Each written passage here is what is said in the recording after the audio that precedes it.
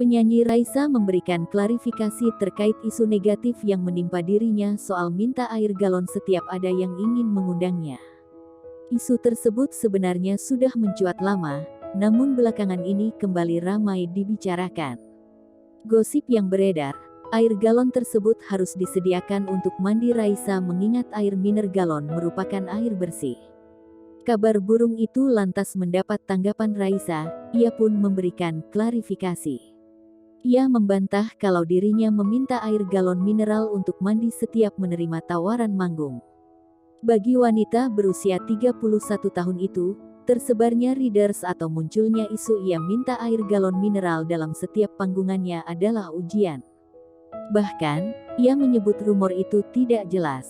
Istri Hamis Daud itu menegaskan munculnya rumor tersebut tidak disertai bukti yang kuat, bahwa dirinya meminta air galon mineral untuk mandi.